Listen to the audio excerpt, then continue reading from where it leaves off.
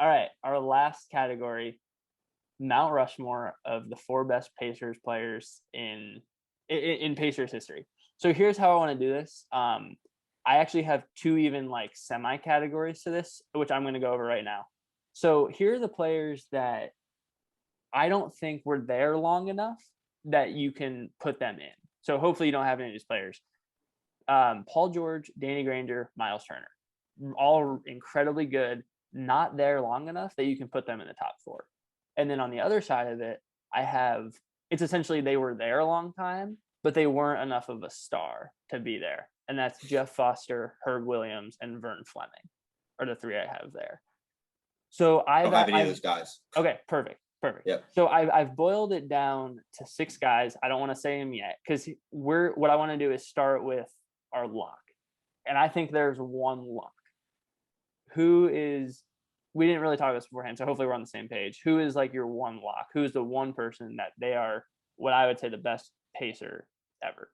Number 31. Number 31, Reggie Miller. He is the absolute number 1 on this Mount Rushmore.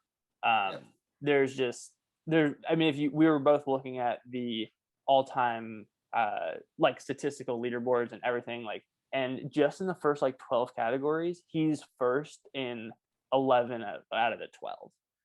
It's amazing. The minutes played, I think he doubles the next guy. The points per game and the point. I mean, he's just like and like I was saying earlier, just a loyal player and could have gone to a contender, but stuck around and played his 19 years with the Pacers. So 18. Yeah, for me, 18. He's 18. Okay.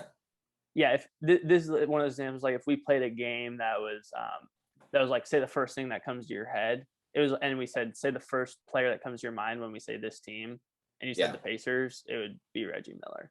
So he's obviously on Mount Rushmore. So I thought it was actually pretty difficult to come up with 3 more players.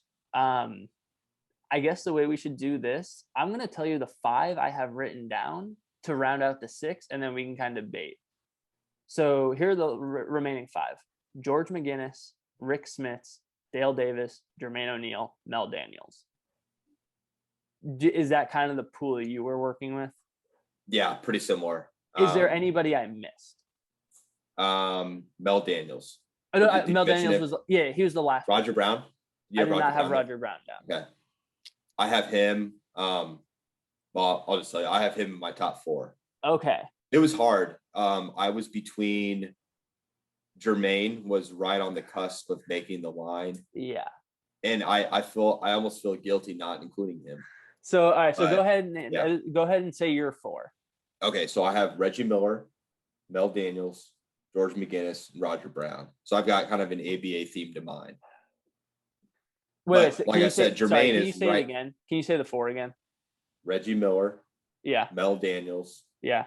George McGinnis and Roger Brown. Yeah, I just missed Roger Brown when I was going through, but because he is also and part of this for those listening, you could be an ABA player. It's playing for the Pacers. Like that's kind of the idea. Like it would be different if you made a list of where these guys rank in NBA history, but in like Pacers history, it doesn't matter if you played in the ABA.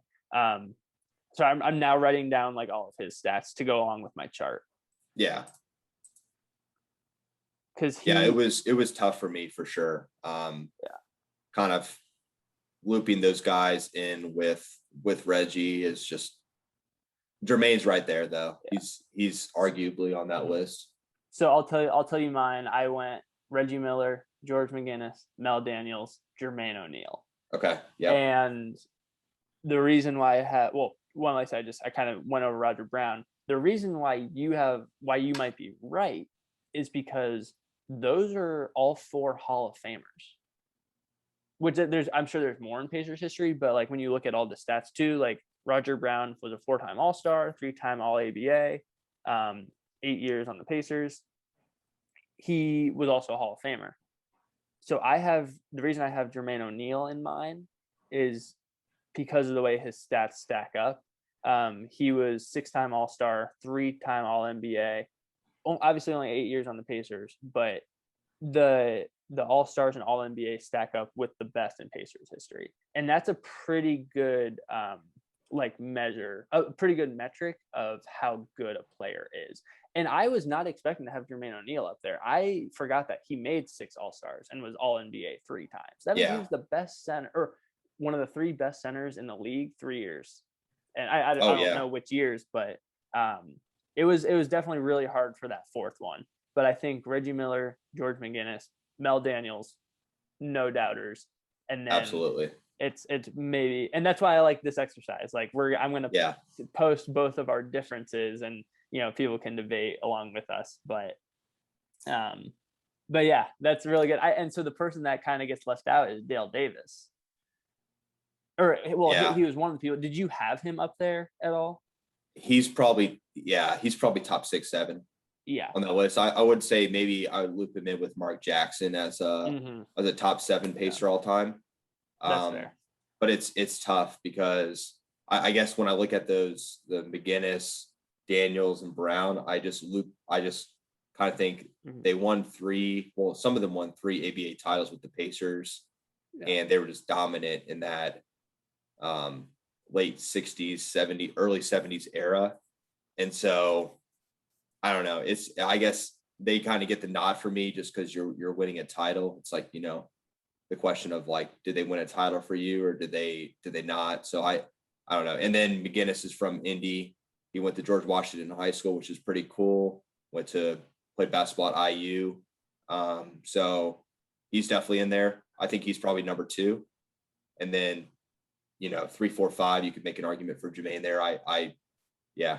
He's right there for sure. So would you have him 5? Yeah, 5, he'd be your honorable mention. He's honorable mention. Did we mention Rick Smits? I can't remember if I had said something about him. No, we did not. But he's up there for sure. Yeah, he was only one-time All-Star, but he was on the Pacers for 12 years, and that's part of it. He was pretty productive in his career with the Pacers. So to kind of tie back into the documentary was about Dale Davis, because if you remember, Pacers traded Dale Davis to get Jermaine O'Neal, and Jermaine O'Neal talked about how he'd be walking through the street and somebody would be like, hey, that's the guy we traded for Dale Davis. Like, people didn't like him at first because they loved Dale Davis. Absolutely. So it just shows how both of them were, pretty good part of the Pacers and why they both kind of deserve to be up there. Absolutely. So to finish this off, can you say your Mount Rushmore again? So here's Jake's Mount Rushmore of Pacer players, and then I'll do mine after. Okay. And I'm also going to add real quick just a tribute to a coach. So Reggie Miller. Sorry, I forgot about that. Go ahead. Yeah, no, you're good. Reggie Miller, Mel Daniels, George McGinnis, Roger Brown are my 4 Mount Rushmore. And then just a tribute to the late Bobby Slick Leonard. He was the Pacers ABA coach. And he won 3 titles, went to 5 ABA finals and won 3, 1970, 72, 73. And then he hit the game-winning free throw for IU to beat Kansas in the 1953 title game. So I think if you probably Google right now, Indiana Pacers basketball icon, it's probably him and Reggie. So he's kind of just, when I think about, a Pacers legend, he definitely comes to mind first. So I just wanted to do a little tribute to him. Yeah, thank you. He's definitely like one of the, probably the best or most iconic non-player in Pacers history. I saw him at Costco once. He was doing like a little book signing. So that was, really? I remember seeing Slick Leonard. So that was one time I got to see him. That's pretty cool. Yeah. All right, perfect. And then, so mine, just to remind everyone, Reggie Miller, George McGinnis, Mel Daniels, Jermaine O'Neal. So that was our one difference. And it was interesting to see and point out that the last one that's on there most recently played for the Pacers in 2008, right? Jermaine O'Neal. Yeah, 2008, I believe. Yeah, you're right. Yeah. So that's kind of crazy. There hasn't been anyone coming up, which I think you'll see that for a lot of the teams, at least NBA teams, we do, because of longevity and, people staying around or people leaving, I should say, to go to certain teams. Absolutely. So that was our first Sports Fanatic segment. That was actually really exciting. I love all the answers, and Mount Rushmore is like one of my favorite things to do. And this one was a lot. I enjoyed that. Harder than I thought it would be. That's a great segment. I really I like love that. it. We'll bring Yeah. it back then. We'll officially bring it back. But 100%. Jake, thanks again so much for joining me just to talk about the Malice at the Palace, the new documentary. And if you haven't seen it yet, everyone can see it on Netflix. No free ads though. See it on Netflix. And again, thanks for doing Sports Fanatics, a segment we will definitely continue. I'll post some of the things we talked about on the Sunday Night Stat Guy Twitter account. So at Real Stat Guy, you can follow us there. But anything else you wanna mention before we get out of here? No, just give this guy a follow on Twitter. Tappy Real tappy. Stat Guy. Tabby. All right, Jake. Thanks so much. Have a good one. Thanks for having me on.